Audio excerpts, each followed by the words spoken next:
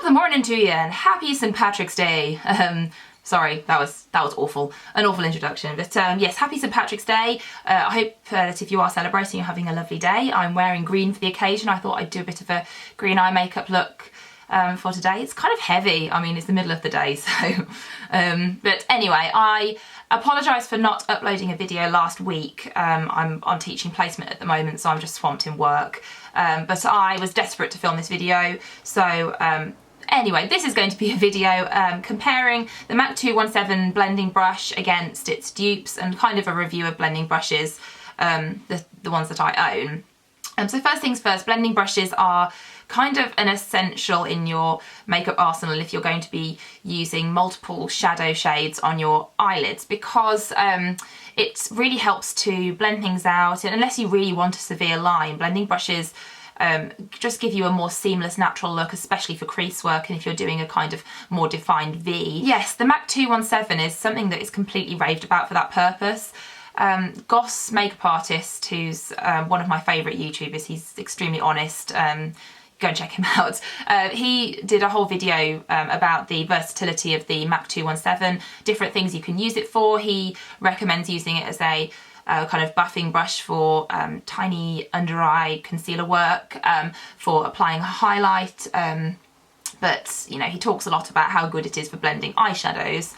And yes, I'd never heard of this brush before I started watching YouTube at all. I was really happy with the brush I was using, which I will talk about later. But yes, it's probably one of the most raved about things on the whole of YouTube. Every YouTuber will have either used it or talked about it.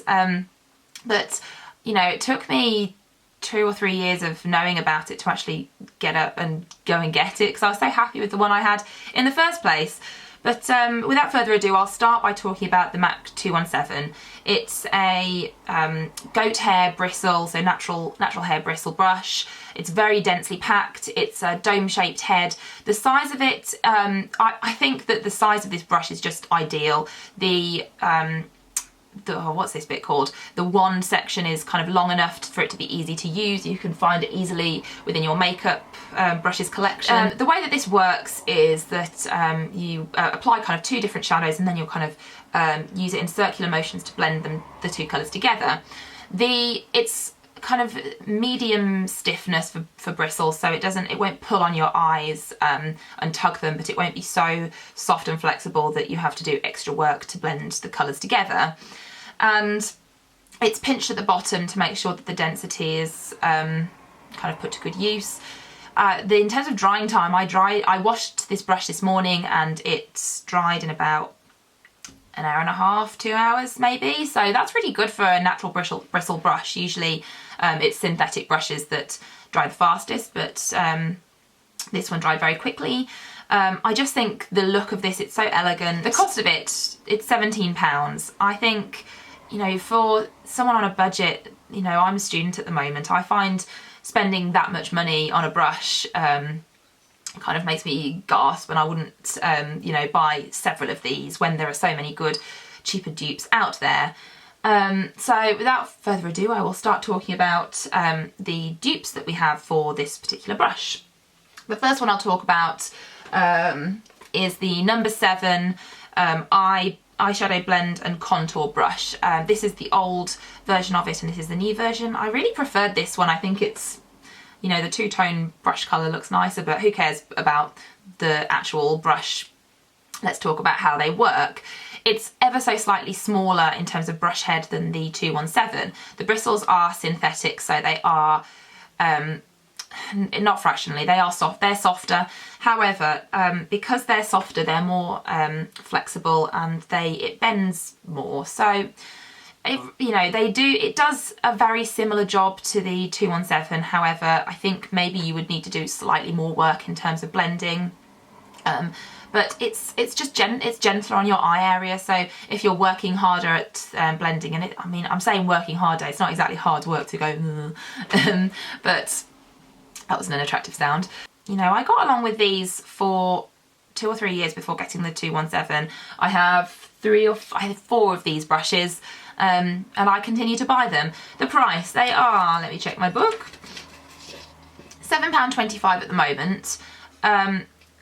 For those of you who are in the UK, you may or may not be familiar with the Boots No7 £5 vouchers, which used to be for both No7 kind of skincare and for No7 makeup products. However, I think they might have clocked on to the fact that with the £5 off, you could get a very high quality like lipstick or nail polish for as little as £2, which is tantamount to stealing in my book.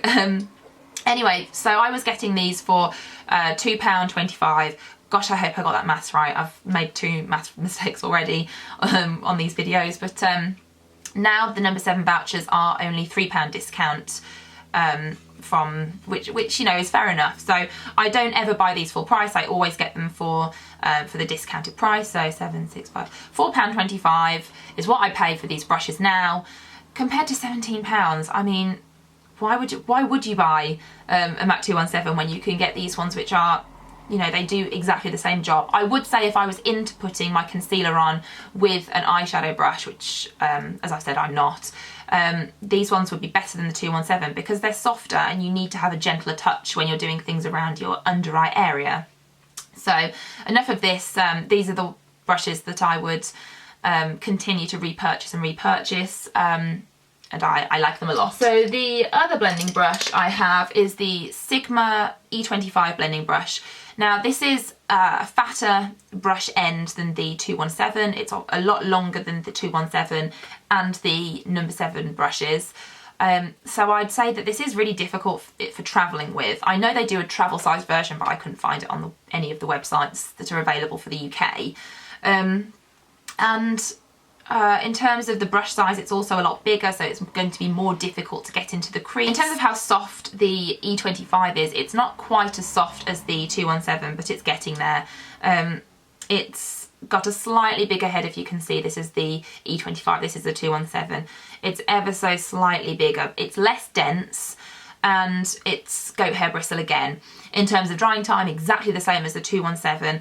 I really would say that the E25 is a very good dupe for the 217 if you were looking for something that was exactly the same in terms of softness. Shedding, again, the Sig E25 doesn't shed when you wash it, when you use it. It's very good, and it does exactly the same job. The E25 is $9.99. I paid $9.99 for this Sigma brush. I'm not sure how much that is in dollars, but again, it's a lot cheaper than the 217 and it does exactly the same job. The last brush that I will talk about, if I can find it, where are you? Here you are, is the Coastal Scents Pro Fluff brush. And if I can just do a size comparison against the 217, this is about the same in terms of density, maybe a little bit less dense. The shedding, again, with washing, it doesn't shed.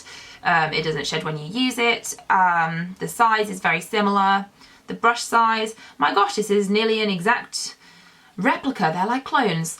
And the Coastal Scents brush was a mere $5.95. Again, this is a goat hair bristle brush.